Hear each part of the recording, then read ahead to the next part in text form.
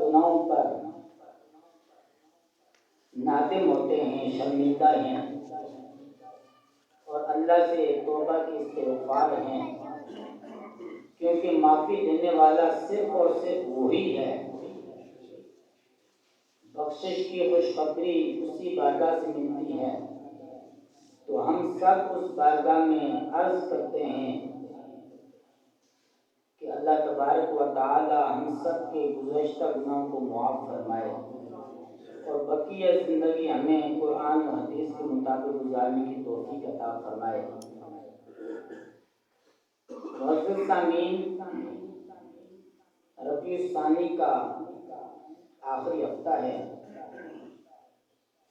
تو حضرت صدیق اکبر رضی اللہ تعالی عنہ کا موضوع بڑا اہمیت کا حامل ہے۔ ہر شخص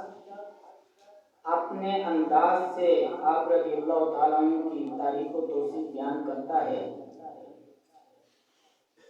اور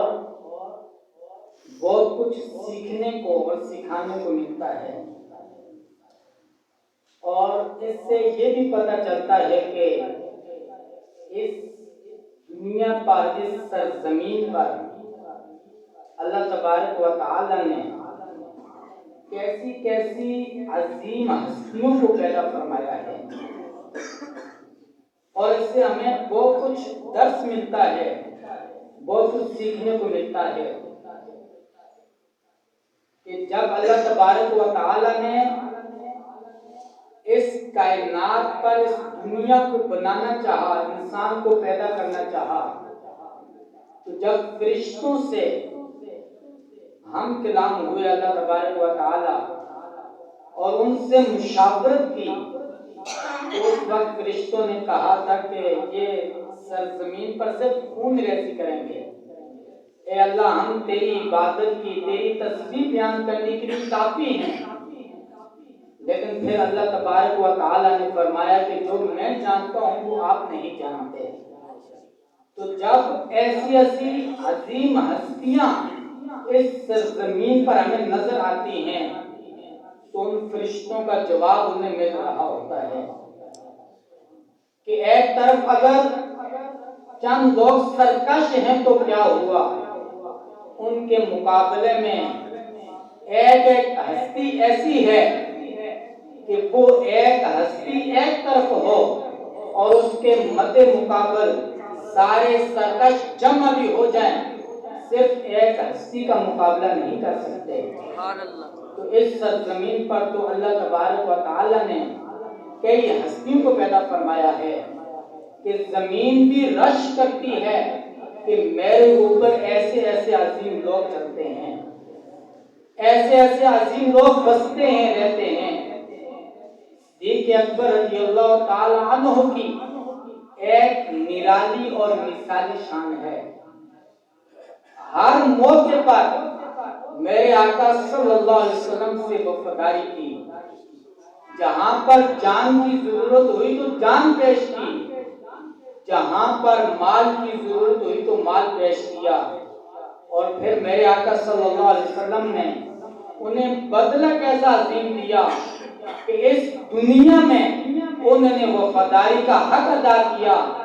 اور اس دنیا میں جانے کے بعد میرے آقا صلی اللہ علیہ وسلم نے انہیں ایسا قبول فرمایا کہ اپنے پہلو میں انہیں جگہ عطا فرمائی، اور قیامت تک وہیں پر ان کے ساتھ رہیں گے، اور ایسا ساتھی بنایا کہ قیامت تک ساتھ رہیں گے اور جنت میں بھی ساتھ ہی جائیں گے۔ اس دنیا میں جب ہم غار ثور کا واقعہ سنتے ہیں تو بڑی خوشی ہوتی ہے کہ کیسی کیسی صحابہ کرام نے قربانیاں دی ہیں، صدیق اکبر رضی اللہ تعالیٰ عنہ نے کیسی کیسی قربانیاں دی ہیں، اور آپ کے دل میں حضور کا کیسا جام تھا،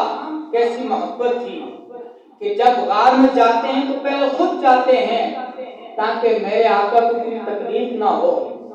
کوئی اندر ایسی چیز نہ ہو جس کی وجہ سے میرے آقا کو کوئی ضرر پہنچے۔ لیکن اگر ہم دوسری طرف دیکھیں اس دنیا میں جانے کے اعتبار سے، تو اس دنیا میں پہلے میرے آقا صلی اللہ علیہ وسلم اپنے روضہ انور کے اندر تشریف لے جاتے ہیں، اور پھر اپنے یار کو بلاتے ہیں. ان کی وفات بعد میں ہوتی ہے، میرے آقا کی پہلے ہوتی ہے. اور یوں ہمیں سمجھ آتا ہے کہ میرے آقا فرما رہے ہیں، اے میرے صدیق اکبر، اس دنیا میں اس غار میں پہلے تو گیا تھا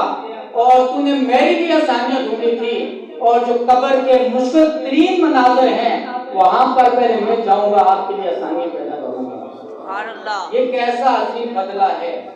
اور یہ دین ہے. جو شخص دین پر چلتا ہے اسے اس دنیا میں بھی عزت ملتی ہے. کہ آج تک صدیق اکبر کا کس شان سے چرچا ہو رہا ہے. ہم ان کو ذاتی طور پہ جانتے نہیں ہیں، ہم نے دیکھا نہیں ہے، لیکن پھر بھی اللہ تبارک و تعالی نے ہمارے دلوں میں ان کی محبت کس قدر ڈال دی ہے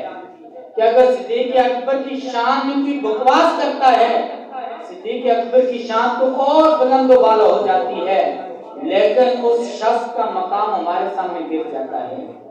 یہ اللہ عطا کرتا ہے، یہ بندے کی کوشش نہیں ہوتی، یہ بندے کا کمال نہیں ہوتا. کہ جو دین کا ہو جاتا ہے پھر پوری کائنات اس کے قدموں میں آ جاتی ہے. تو صدیق اکبر رضی اللہ تعالیٰ کی نرالی شان ہے، اور تمام صحابہ کرام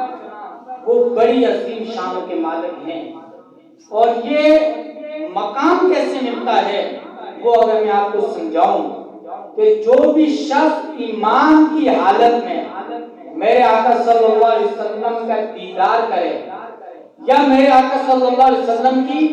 مجلس اختیار کرے ایمان کی حالت میں، اور ایمان ہی کی حالت میں اس دنیا فانی سے کوچ کر جائے، اسے صحابی کہتے ہیں. اور صحابی کا مقام یہ ہے کہ پوری کائنات کے غوث اور قطب جمع ہو جائیں، تمام ابدال و اقطاب جمع ہو جائیں، پھر بھی ایک صحابی کے مقام کو نہیں پہنچ سکتے. وہ بھی کون سا صحابی؟ جس نے صرف میرے آقا صلی اللہ علیہ وسلم کی زیارت کی ایمان کی حالت میں، اور زیارت کرنے کے بعد وہاں سے نکلا ہو اور گھر جانے سے پہلے اسے موت آ گئی ہو، ابھی کوئی نماز نہیں ادا کی، کوئی روزہ نہیں ادا کیا، کوئی حج اور عمرہ ادا نہیں کیا، تو یہ تمام دنیا کے اولیاء مل کر اس صحابی کے مقام کو بھی نہیں پہنچ سکتے، کیونکہ ان کو یہ جو مقام ملا ہے وہ میرے آقا صلی اللہ علیہ وسلم کی دیدار کی وجہ سے ملا ہے. وہ عمل کی وجہ سے نہیں ملا، نماز کی وجہ سے، روزے کی وجہ سے، حج زکات کی وجہ سے نہیں ملا، وہ میرے آقا صلی اللہ علیہ وسلم کی دیدار کی وجہ سے ملا ہے. تو ہم اگر اس بات پر غور کریں کہ وہ شخص صحابی ہے جو ایمان کی حالت میں میرے آقا صلی اللہ علیہ وسلم کو صرف ایک بار دیکھ لے زندگی میں، یا ایک بار مجلس اختیار کر لے ایمان کی حالت میں، تو اس کا اتنا بڑا مقام ہے، تو پھر میرے آقا کا کیا مقام ہوگا، جس کے چہرے کو دیکھنے کی وجہ سے اللہ تبارک و تعالی دیکھنے والے کو اتنا بڑا مقام عطا فرما دیتا ہے، تو پھر اس چہرے والے کا کتنا بڑا مقام ہوگا. اور جب اس چہرے والے کا اتنی بڑی شان ہے، تو پھر اس چہرے والے کو جس نے بنایا ہے اس رب قدوس کی کیا بات ہوگی.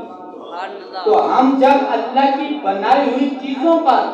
غور کرتے ہیں، فکر کرتے ہیں، تو پھر ہمیں بہت ساری چیزیں سیکھنے کو ملتی ہیں. جب ہم صحابی پر غور کریں تو حضور کی شان واضح ہوتی ہے، اور جب حضور کے کمالات پر غور کرتے ہیں تو اللہ کی تخلیق واضح ہوتی ہے، اللہ کی شان واضح ہوتی ہے کہ اللہ تبارک و تعالیٰ کتنے بڑے کمالات کا حامل ہے، کتنی بڑی شانوں کا مالک ہے. تو اس کی بنائی ہوئی مخلوق اتنے بلند و بالا مقام پر فائز ہے کہ ہم اگر پوری دنیا میں اور پوری زندگی میں قیامت تک اگر اللہ کے بنائے ہوئے ایک بندے کی شان بیان کریں تو ہم نہیں کر سکتے. تو پھر اس رب کی کیا بات ہے، اس خالق اور مالک کی کیا شان ہے کہ اللہ تبارک و تعالی نے اسے کتنی بلند و بالا شان سے نوازا ہے۔ تو ہمیں اس سے بہت کچھ سیکھنے کو ملتا ہے، اور حضرت صدیق اکبر رضی اللہ تعالیٰ عنہ کی شان بہت ہی نرالی ہے۔ جب ہم آپ رضی اللہ تعالیٰ عنہ کی زندگی مبارک پر غور کرتے ہیں، آپ کا ایک عمل میں پیش کروں گا کہ